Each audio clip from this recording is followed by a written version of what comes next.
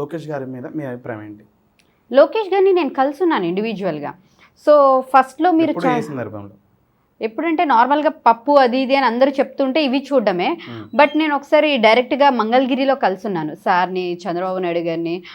ఇద్దరిని కలిసినప్పుడు రియల్లీ వీళ్ళు బయట ప్రపంచం మాట్లాడుకునేది ఒకటి, rumours direct face to face చూడడం, ఆయన మాట్లాడడం, ఆయన behaviour, down to earth personality చాలా బాగుంది. సో అప్పుడు ఒకసారి కలుసున్నాను కాబట్టి ఎప్పుడో ఒక 1 year అలా బ్యాక్. ఇప్పుడు కొంచెం ఈజీ అయింది సార్తో మాట్లాడారు. I think it's in 2022 September or October. ఇక్కడ మంగళగిరిలో వచ్చారు. మంగళగిరిలో అంతకుముందు సోషల్ మీడియా వేదిక ద్వారా పప్పు అని చెప్పేసి లోకేష్ గారిని ట్రోల్ చేస్తా ఉంటే చూశాను అంతే. లైవ్ గా చూసినప్పుడు దానికి భిన్నంగా కనపడ్డా? ఏంద్రా వీళ్ళు చెప్పేది, అదే రూమర్స్ అన్నట్టుగా. ఏం జరిగింది మీ ఇద్దరి మధ్యలో సంభాషణ? ఏం లేదు. ఎందుకు అంటే కలవాల్సిన ఆవశ్యకత ఎందుకు ఏర్పడింది అక్కడ? అంటే నార్మల్గా నేను నాగబాబు గారిని కూడా కలిశాను ఆ టైంలో, ఇటు కూడా కలిశాను. ఒకసారి అందరినీ కలుద్దాము అన్నట్టుగా, పొలిటీషియన్స్ ఎలా ఉన్నారు ఏంటి అన్నట్టుగా అప్పుడు సార్తో మాట్లాడడం జరిగింది. సార్ అసలు మామూలుగా కడప చుట్టుపక్కల ఉండేదాని గురించి, హెల్త్ గురించి he has a lot of knowledge అనమాట.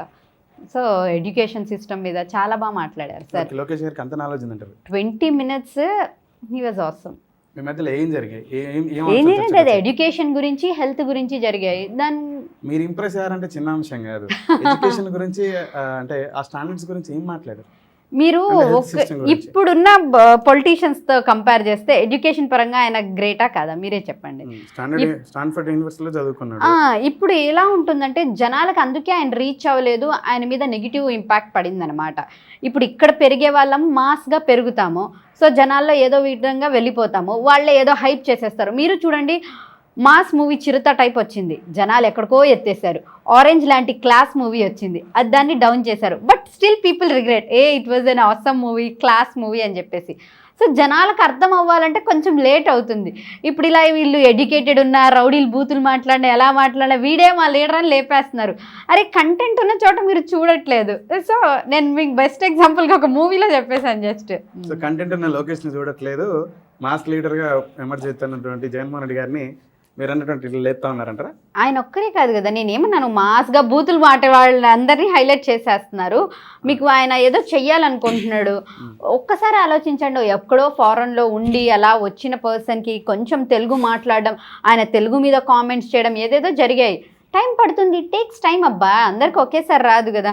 ఆయన ట్రాన్స్ఫార్మ్ అయ్యారు చూడండి, మారారు కదా, అది గ్రేట్ థింగ్. అది కావాలి, మార్పు కావాలి. ఎప్పుడైనా మనిషిని తను మౌల్డ్ చేసుకుని ఉన్న సిచ్యువేషన్స్లో ఉన్నారు కదా, అది గ్రేట్.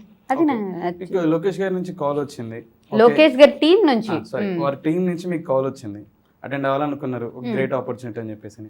మీ మధ్యలో ఉన్నటువంటి చాలా ప్రశ్నలు సంధించాలని చెప్పేసి సంధించారా? అని అడిగేసా, అవకాశం అడిగేసా కదా అని ఇచ్చారా లోకేష్ గారు? చాలా బాగా. అసలు ఆయన అక్కడ క్వశ్చన్స్ తీసుకొచ్చి అక్కడ వేసినా సరే నేను అనుకున్నాను ఏమబ్బా ఎలా ఏంటి అని చెప్పేసి. అక్కడ ఉన్న క్వశ్చన్స్ అన్నీ ఆన్సర్ చేశారు. అక్కడికక్కడ మైక్స్ ఇచ్చేసి స్పాట్లో వాళ్ళు అడిగిన క్వశ్చన్స్కి ఆన్సర్ ఇచ్చారు కదా. అంతా నా కళ్ళ ముందే జరిగింది కదా.